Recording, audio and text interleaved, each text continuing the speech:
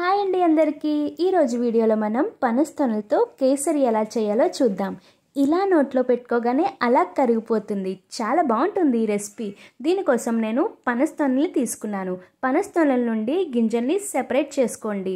ఈ సెపరేట్ చేసుకున్న గింజల్ని పడేకండి. నెక్స్ట్ వీడియోలో ఒక మంచి ఇంట్రెస్టింగ్ రెసిపీని మీతో షేర్ చేసుకుంటాను. అలాగే నేను షార్ట్స్లో పనస్తొనలతో పాయసం రెసిపీని పోస్ట్ చేశాను. ఆ లింక్ నేను కామెంట్ సెక్షన్లో కానీ లేదా డిస్క్రిప్షన్ బాక్స్లో కానీ ప్రొవైడ్ చేస్తాను. ఒకసారి చెక్ చేయండి, అది కూడా చాలా బాగుంటుంది. ఇప్పుడు గింజల్ని సెపరేట్ చేసుకున్న పనస్తొనల్ని తీసుకొని చిన్న చిన్న ముక్కలుగా కట్ చేసుకోండి. ఈ కట్ చేసుకున్న ముక్కల్ని ఒక బౌల్లోకి తీసుకోండి.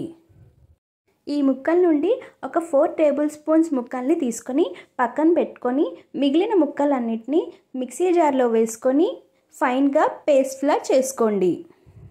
ఇప్పుడు ఆ పనస్తొనల పేస్ట్ని ఒక బౌల్లోకి తీసుకోండి.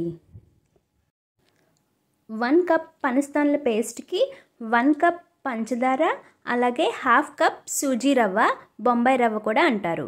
ఇప్పుడు స్టవ్ ఆన్ చేసుకొని ప్యాన్ పెట్టుకొని 2 టేబుల్ స్పూన్స్ నెయ్యి వేసుకొని జీడిపప్పులు వేసుకోండి. ఈ జీడిపప్పులు లైట్ గోల్డెన్ బ్రౌన్ కలర్ వచ్చేంత వరకు ఫ్రై చేసుకొని తీసుకొని పక్కన పెట్టుకోండి. ఇప్పుడు అదే ప్యాన్లో మరొక టేబుల్ స్పూన్ నెయ్యి వేసుకొని కిస్మిస్ వేసుకొని ఫ్రై చేసుకోండి.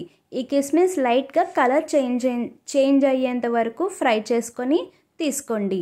ఇప్పుడు అదే ప్యాన్లో టేబుల్ స్పూన్ నెయ్యి వేసుకొని సూజీ రవ్వ లేదా బొంబాయి రవ్వని వేసుకొని రవ్వ కమ్మటి వాసన వచ్చేంత వరకు ఫ్రై చేసుకొని తీసుకొని పక్కన పెట్టుకోండి. ఇప్పుడు మళ్ళీ ఇంకో టేబుల్ స్పూన్ నెయ్యి వేసుకొని మనం పనస్తొనల పేస్ట్ని అలాగే ముక్కల్ని వేసుకోండి. ఈ పనస్తొనల ముక్కలు అక్కడక్కడ నోటికి తగులుతూ ఉంటే భలే ఉంటుంది. అలాగే వేయించుకున్న రవ్వని కూడా వేసుకొని ఒకసారి ఫ్రై చేసుకోండి.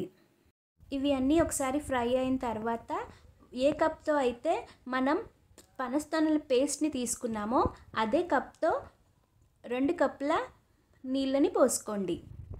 ఇప్పుడు ఉండలు లేకుండా ఒకసారి బాగా కలుపుకోండి. ఒక 10 నిమిషాల పాటు దీన్ని ఉడికించుకోండి. ఇలా ఒక 10 నిమిషాలు ఉడికిన తర్వాత దీనిలోకి ఇలాచీ పౌడర్ని వేసుకొని ఒకసారి బాగా కలుపుకోండి. ఇప్పుడు రవ్వకి న్యాచురల్గా కలర్ రావడానికి నేను కుంకుమ పువ్వు నీళ్ళని వేసుకున్నాను. ఏ విధమైన ఫుడ్ కలర్స్ని వాడకుండా ఇలా న్యాచురల్గా మనకి కుంకుమ పువ్వు నీళ్ళని వేసుకుంటే న్యాచురల్ కలర్ వస్తుంది. ఈ వాటర్ని వేసుకొని ఒకసారి కలుపుకొని ఇప్పుడు దగ్గరికి పడిన తర్వాత 1 కప్ షుగర్ని వేసుకోండి. బాగా కలుపుకొని ఒక 15 నిమిషాల పాటు మగ్గించుకోండి. చూడండి, లాస్ట్లో కన్సిస్టెన్సీ ఈ విధంగా వచ్చేంత వరకు మనం మగ్గించుకోవాలి. ఇప్పుడు ఫ్రై చేసిన క్యాష్యూ అలాగే కిస్మిస్ని వేసుకోండి.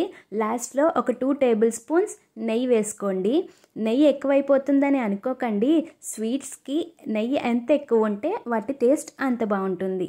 అంతేనండి, నోరూరించే పనస్తొనల kesari ready. Thank you for watching. Please subscribe.